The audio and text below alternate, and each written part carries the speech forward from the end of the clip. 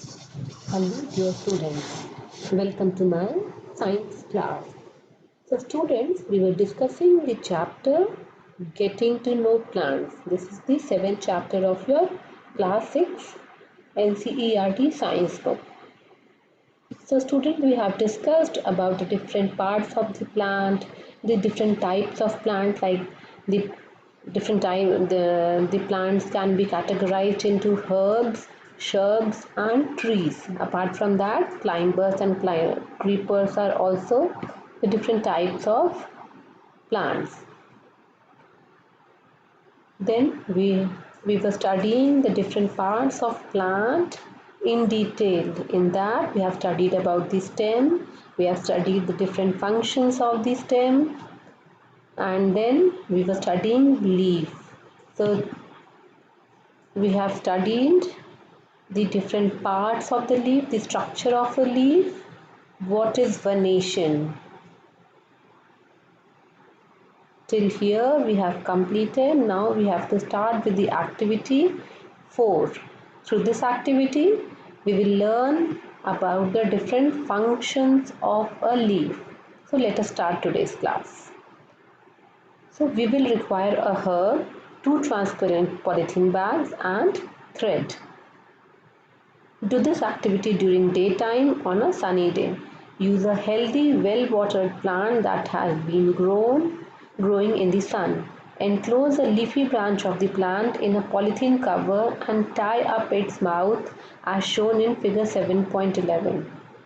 Here, you have to take a plant, do not cut the twig, and tie a polythene bag around the twig.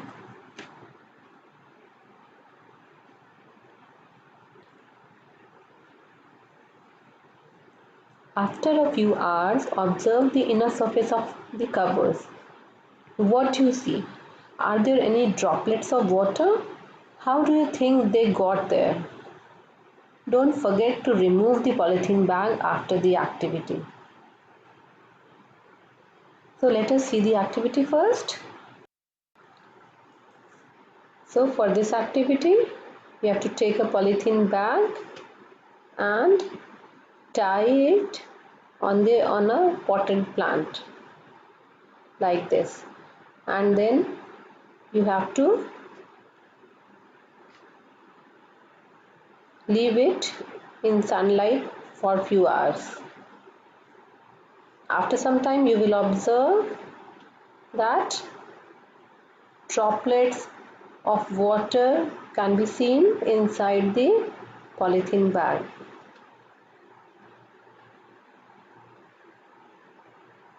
So this proves that water has been released from the plant. The plants are known to give out excess water in the form of vapor through small holes in the leaves called stomata. So we have studied that leaves have tiny pores for the exchange of gases, and these tiny pores are called as stomata.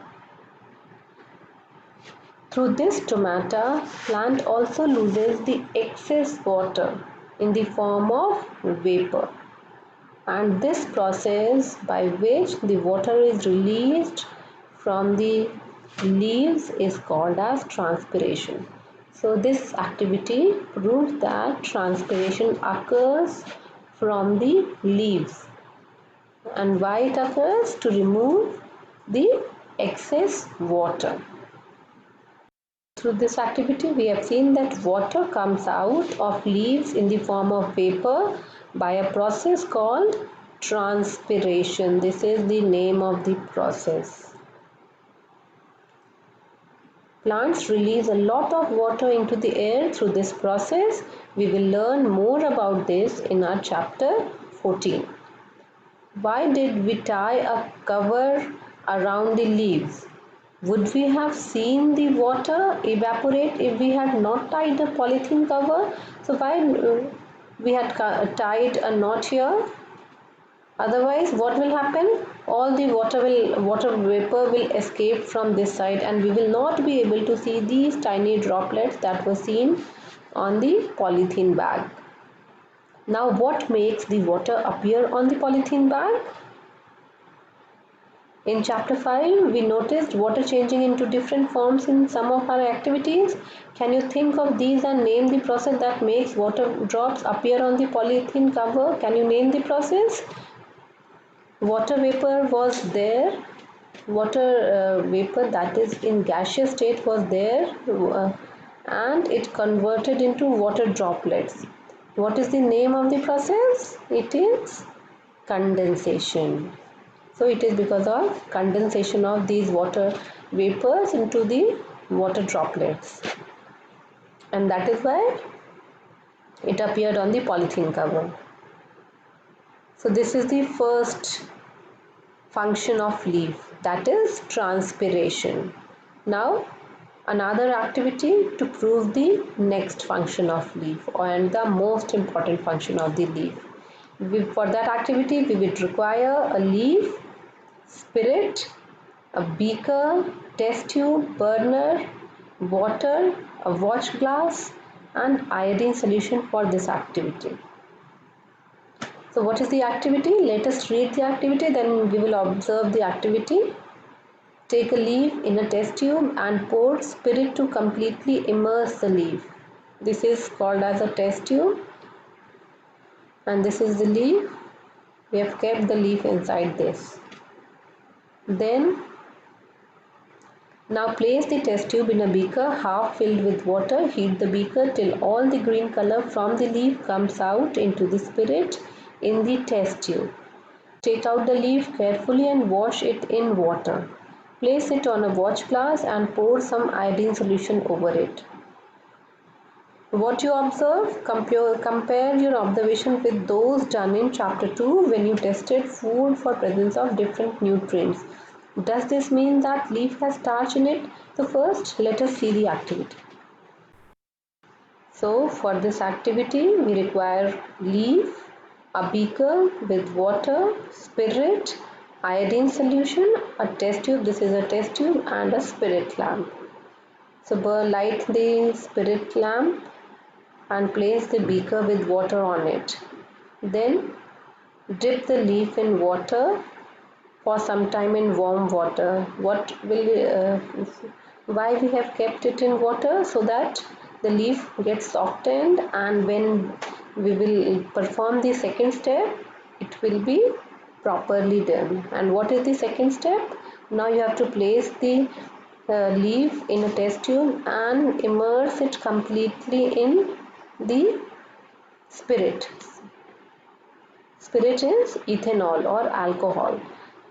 And why we dip it in alcohol and heat it? So that all the chlorophyll which is present in leaf dissolves in the spirit, and the leaf becomes pale yellow in color, light yellow in color, so that the color change because of iodine solution can be observed clearly. So now you can see that color has changed to green. All the chlorophyll which was inside the leaf, it has dissolved. And now what will we do?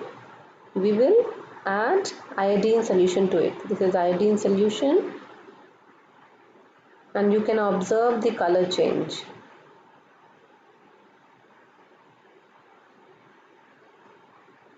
So now you can see that it has changed to purplish color or blue black color. This proves that leaf has starch inside it. And where has it come from? From the process of photosynthesis which occurs in the leaves. That is why leaves are called as the kitchen or food factory of the plant. So what do you observe? Compare your observation. So we have compared, and when iodine solution changes to blue black color, that proves that the given food material consists of starch or carbohydrate. So does this mean that leaf has starch in it? Yes, this proves that leaf has starch in it. Now in chapter 2 we saw that a slice of raw potato also shows the presence of starch. Potatoes get the starch from their leaves and store it. So potato is a stem, but Through the iodine test, we proved that potato consists of starch. So from where the starch came into potatoes? From the leaves.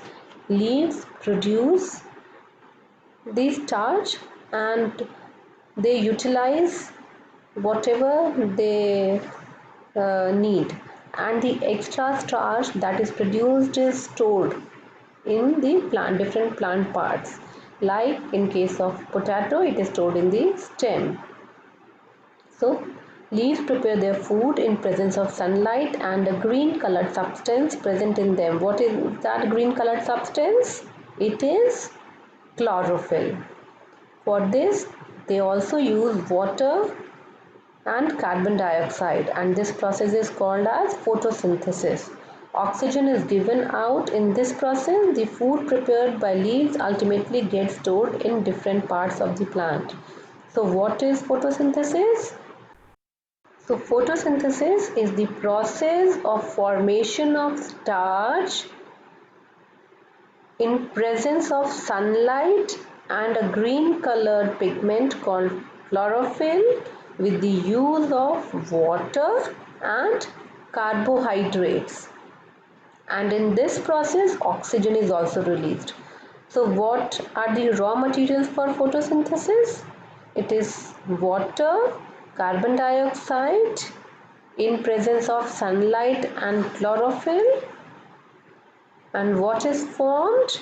Starch is formed, and along with starch oxygen is also formed, which is released from the leaf through the stomata. So we have seen that the stem supplies leaf with water. The leaf uses the water to make food. The leaves also lose water through transpiration. How do the stem and leaves get water? That is where the roots come in. So what are the different functions of leaf? The functions of leaves are, first is photosynthesis. Leaves manufacture or prepare food in presence of sunlight, as I have told the process of photosynthesis in detail. That is why the leaves are called as the food factories or kitchen of the plant. The second function of leaf is exchange of gases. We know that on the surface of leaf there are tiny pores that are called as stomata. These stomata are tiny pores through which exchange of gases occur. What is exchange of gases? Carbon dioxide moves inside the leaf through the stomata, which is required for the photosynthesis process, and after, when the photosynthesis process completes, oxygen is released and it moves out of the leaf through these pores, stomata. So they are very, very important for photosynthesis and respiration. What is photosynthesis? For photosynthesis, a plant requires carbon dioxide and it releases oxygen, and respiration, the plant also respires, and in that process it also requires oxygen for respiration, and after respiration carbon dioxide is released. So for that, for these exchange of gases from the environment, leaves are the plant part which perform these exchange of gases in case of plants. Now the third important function of leaves is transpiration. What is transpiration? Evaporation of excess of water in form of vapor and exchange of carbon dioxide takes place through stomata. So what is transpiration? This is not transpiration, transpiration is just the evaporation or release of excess water in form of vapor from the stomata. Stomata is also responsible for exchange of gases, and stomata is also responsible for release of excess water, and this release of excess water from the leaves is called as transpiration. And what is the importance of transpiration? First, excess of water is released, and secondly, it keeps the plant cool. So this was about the leaf.